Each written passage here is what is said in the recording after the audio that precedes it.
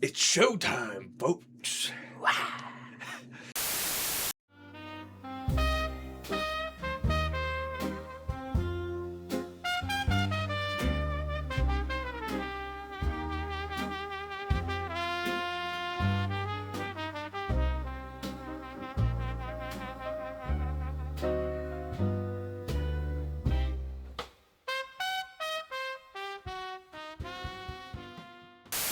Welcome to the Slick and Grim Show, and today we are going to be talking about World War II. Now, me and my buddy have been playing Hell Let Loose, Hearts of Iron, you know, all those base World War II games. But I had to stop and think, why do the boys think this is so cool? Okay, it might be the coolest war, and war's bad. Okay. I'm here to tell you about drugs and alcohol and why they're bad, okay? You should have won it or glorify it, but the Tiger tank, pretty badass.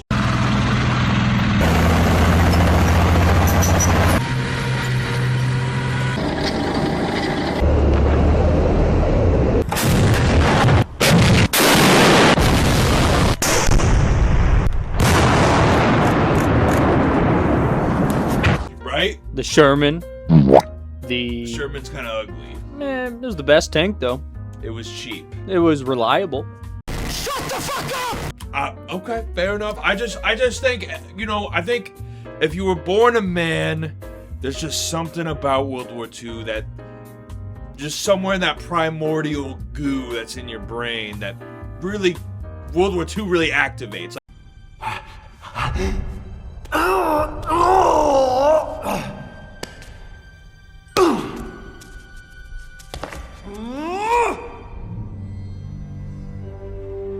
I have an idea! Like, I think even the gayest liberal twink can admit the Tiger tank is badass, okay? If you are the gayest liberal twink, let us know what you think about the Tiger tank in the comments below. And let's get into the video. So what is World War II? So if you don't know what World War II is somehow, or if you need a refresher. What is World War II?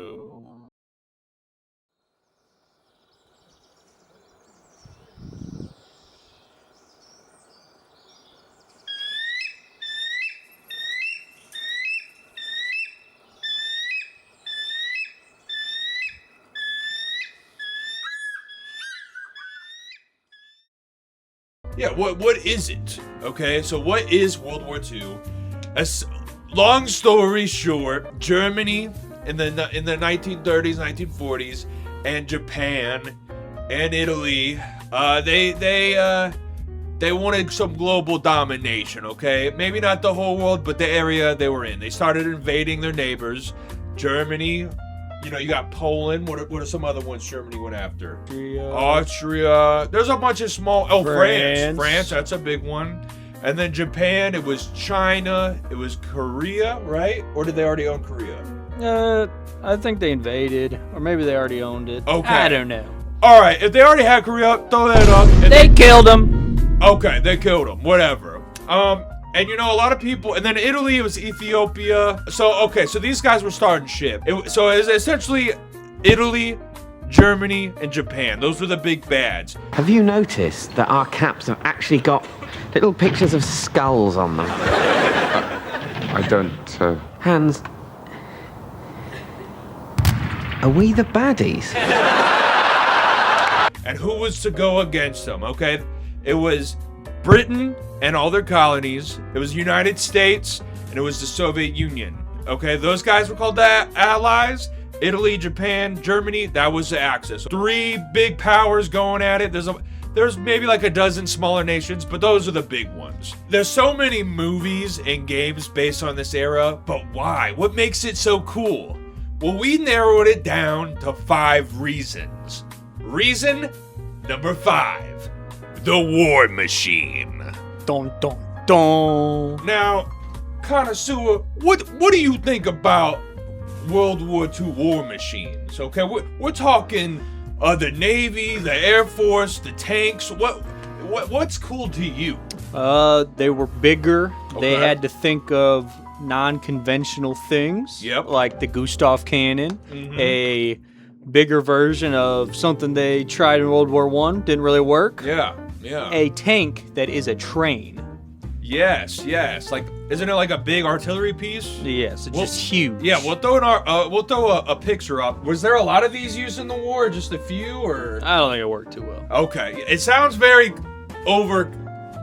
too big to be practical, especially because the like the Air Force was just warfare.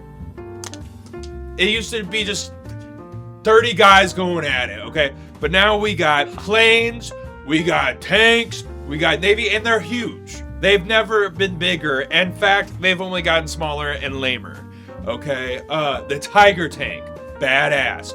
The Bismarck, one of the biggest battleships, didn't really last that long, but you got U-boats. Greyhound, this is Grey Wolf. We hunt you and your friends Eagle, Dickie, and Harry. We watch your ships sinking into the deep.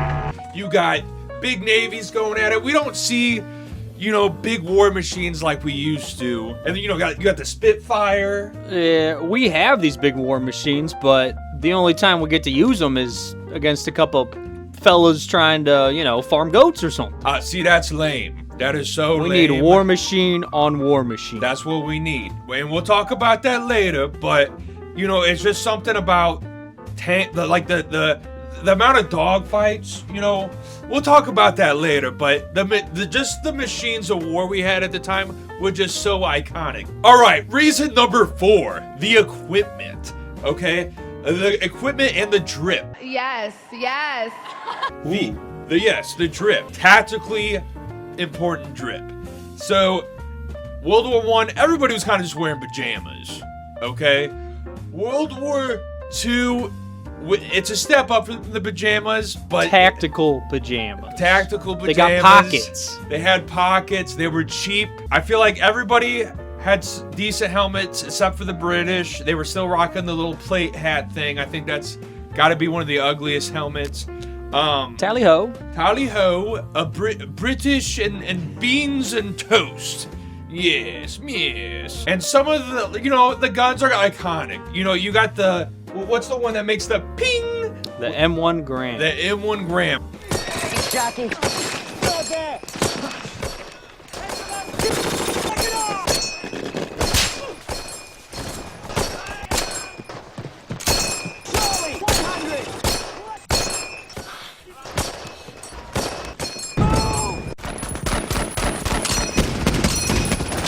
Okay, so when you ran out of ammo, in my opinion, when I think of guns, this is like the first gun that comes to mind that having a really dumb design where whenever you run out of ammo, that last bullet, it leaves out a ding. It's iconic, but not very practical because once you hear that ding, you're out of ammo. That's handy, but it's also handy for the enemy around the corner that knows you just ran out of ammo.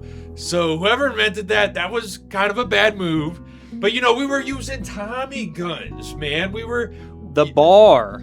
The bar. Which one's that? It's the automatic. It was cheaper to produce than the Tommy gun. Okay. Tommy gun was a little bit later in the war. Okay. A little bit more expensive. Interesting. So they had the bar.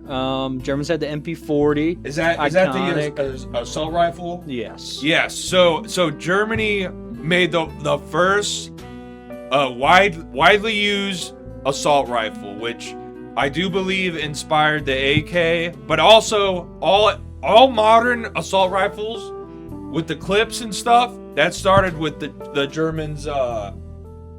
What is that gun called? I don't know if it's the MP40, maybe the grease gun, maybe. No. It's the newest assault rifle that they had. You were using it in the game. It was like the Stag or something. It was one of them. It was cool. I'll throw up a picture, but that's the one. I was doing research for this video, and that did wonders for assault rifles. Anywho, the helmets, the drip, trench coat, coats. You know, and they call them trench coats, but trench warfare was on its way out, okay? But they kept the drip, okay? I feel like every side had some sort of, I would say, except for maybe the Japanese, had some sort of trench coat. It was all in that Europe front. Had the badass trench coats, the cool helmets. Yeah, and jumping out of an airplane with the parachutes, you know, that kind of equipment, unheard of before World War II, okay? That's sick. You know, ODSTs Badass. yeah, ODSTs from Halo, you're jumping from space. That idea came from jumping out of an airplane and pulling out a parachute, okay? So, you know, you got airborne warfare, you got cool new guns, you kept the good drip, you added some new drip. I think we started using camo towards the end of the war. Pretty sick. Number 3, the old technology fighting the new. Okay, what do I mean by that? Well, a lot of these battles were happening in farmland where horse-drawn equipment was still being used. We had cars, but most people did not, okay, which is just crazy. So we're fighting a war where we're still using horses, but by the end of it, we learned how to split the atom. It's just kind of crazy, like the different types of technologies or any technology that kind of sticks out to you. The radar that they developed, Yeah. The planes, they Yeah. developed jets, Yes. they developed rockets. You know what I think of? Especially World War I, but they still had them in World War II. Everybody had this growing up, a balloon. A simple balloon, blowing it up with air and using it for war. In World War II, they had them on the beaches. Now, I'm not sure you know what the balloons on the beaches are? No. Okay, so I didn't want to look it up because I want us all to learn it live, okay? So the balloons on the beaches, let's figure out what they do because I think they're iconic to World War II. All right, we're going to look it up. The little blimp-looking balloons. Balloons on the beaches of World War II. Okay, during World War II, barrage balloons were tethered to the ground, ships, and beaches to create aerial curtains of steel cables. These hazards forced low-flying enemy crafts to fly higher, which severely reduced the accuracy of dive bombing and strafing attacks on vulnerable landing zones. Okay, so something as simple as a balloon is being used tactically in a war where we have tanks, planes, nuclear bombs. That's awesome. Okay, it's just very unique. Obviously, we don't use balloons anymore. I think it's kind of sad, but Oh, China does. does China? Yeah, they sent over that balloon like 2 years ago. Oh my god. Maybe if that was even them, and you know, what did that even do? You know, did it stop dive bombers? No, because we don't use dive bombers anymore because we're lame. We're lame now. Okay? Because you know what? I'm going to talk about it in the next point. Reason number 2. Conventional warfare at its peak. Okay? What is conventional warfare? It's where you use infantry. It's where you use tanks. It's where you use planes. We don't really get conventional warfare anymore. It's lame, okay? Nope. Most conflicts these days, it's between an advanced army and a very unadvanced army. So that is what that is called is asymmetrical warfare, okay? You have all the fancy equipment, so I gotta sneak around in the bushes, in the caves, I gotta set traps for you. I'm not attacking you with my tanks because they suck. So conventional warfare was on its way out. Why do all these movies and games exist? It's because you get a tank, I get a tank, he gets a tank, and we're all shooting each other. It's sick.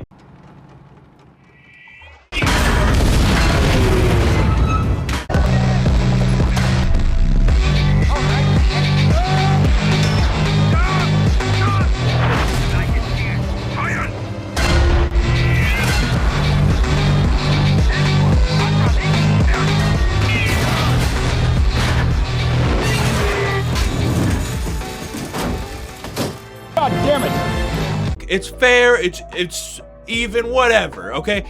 Cool, big toys to shoot each other with, and nowadays we're using drones.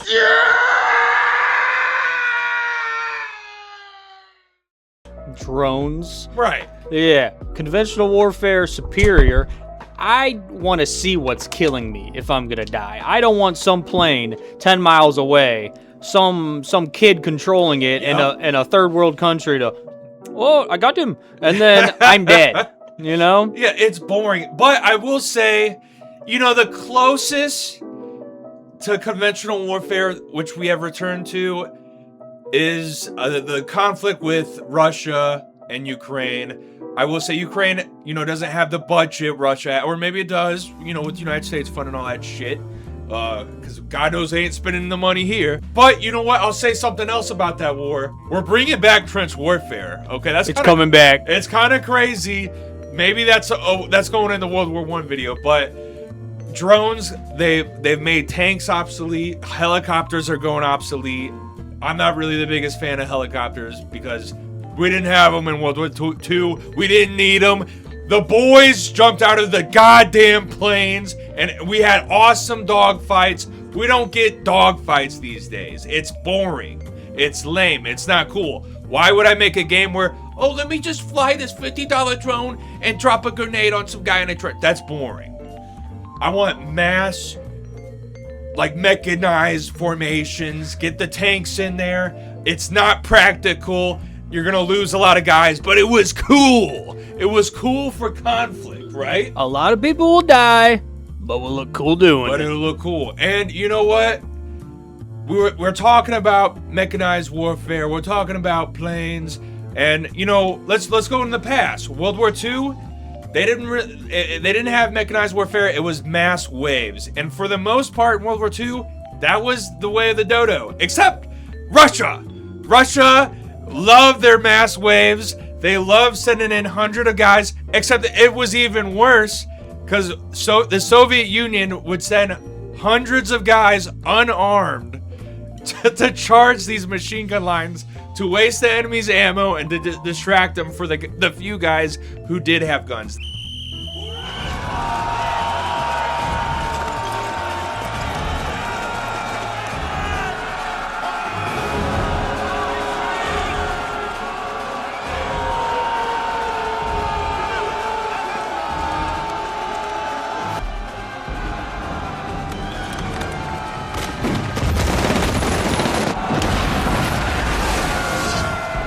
You know, Cha-ching. yeah. So some habits do die hard, like with the Russians. But what'd you think about the Japanese, like, you know, tactics? They were still using swords, and they were kind of doing the wave tactics that Russia was doing. But Kamikaze. oh yes, kamikaze. That's a good one.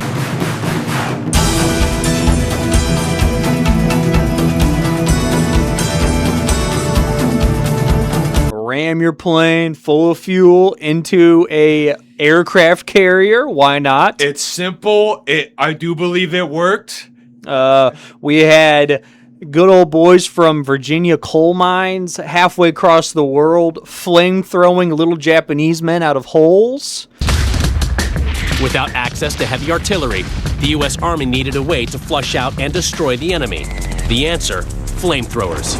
Basically, you're using a flamethrower against somebody who is in a dug-in position where they can shoot out, you can't shoot into it, and basically you're going to be pouring this burning gasoline through the little hole in his pillbox to burn them out. Each pillbox had what we called apertures, or at least a slit in that pillbox, so that they could fire out of it.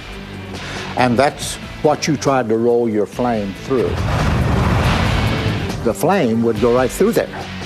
And was very effective. It was brutal. Based even. That's base. And I mean, Oh no, I'm on fire. Oh no. Oops, why did we do Pearl Harbor? Oh no.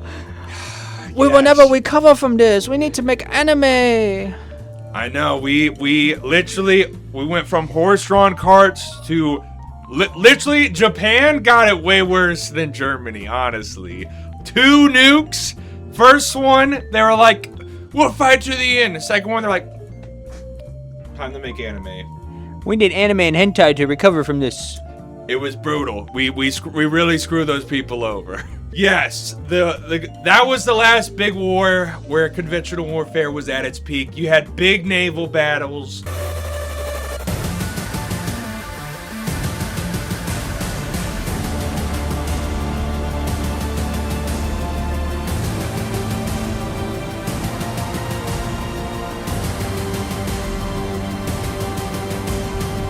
It was amazing, and we're never going to get that back, unfortunately. Everybody hypes up World War III. World War III will be played with drones and from preschools. Yeah, kids. The preschoolers will be controlling the drones. You will die.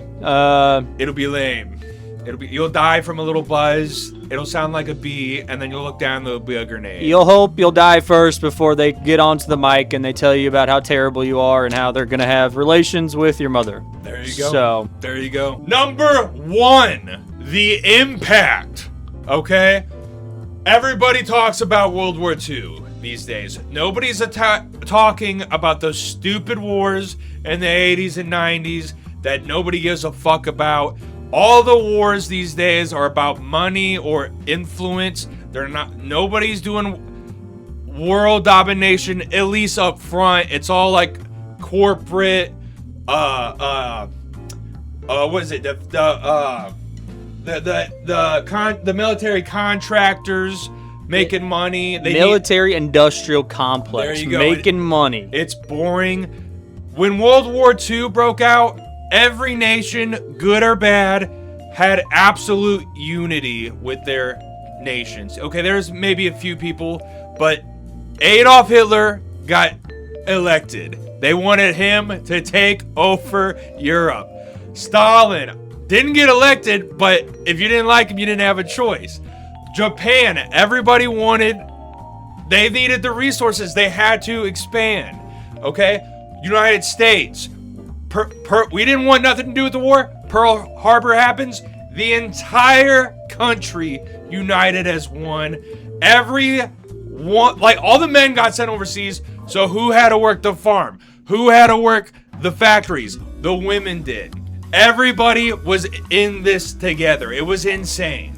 Okay? Nowadays, nobody wants to go to the Middle East for war, but we still do. We still do 3-4 decades into the game, and we're still in the Middle East. Middle East forever. Middle East for my kids. Middle East for my grandkids.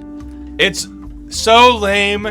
At least, I'll say, with the Putin, the Russia and the Ukraine war, it's geopolitics, okay? I can understand geopolitics, but money with the military industrial complex, that is so lame and not interesting. Who the fuck's gonna make a game or a movie on that? It doesn't inspire anything but sadness, I guess, that we're stooping so low. Because back in the day, you would kill people for an ideology or to help your country get more powerful. It was shit like that. Now we just kill each other for money or because some small unknown country wants us to. It's insane. Okay, it's lame, it's boring. No war will have the impact like World War II did. Even the Russia and Ukraine war, it's just those two. It's kind of lame. Everybody's like, oh, it's World War III. No, it's not. Russia wasn't the big bad we thought it was. This country of farmers is putting up such a fight. It's honestly good for them, but is that going to make a lot of movies, a lot of games? I don't know. Nope. Maybe open up drone schools. That's about drone schools. Literally, I prefer my war crimes Made by man! I know it's got an aftertaste! I like it! Now, with that said, is World War II overrated? I don't think so. I think, there's enough going on there. There's a reason there's so many games, so many movies. It's because you want to see conventional warfare on the big screen. It's because you want to play in the big wars like you should. It's just natural man instinct. Good versus evil. Good versus evil. There was something there. We don't have anything now. It's just all about money, and money's not even real. But what do you think about World War II? What's your favorite thing? And let us know in the comments below. Please hit subscribe and hit the bell for notifications if you want to see the prequel to World War II, which is World War I. Let us know. We love talking about war.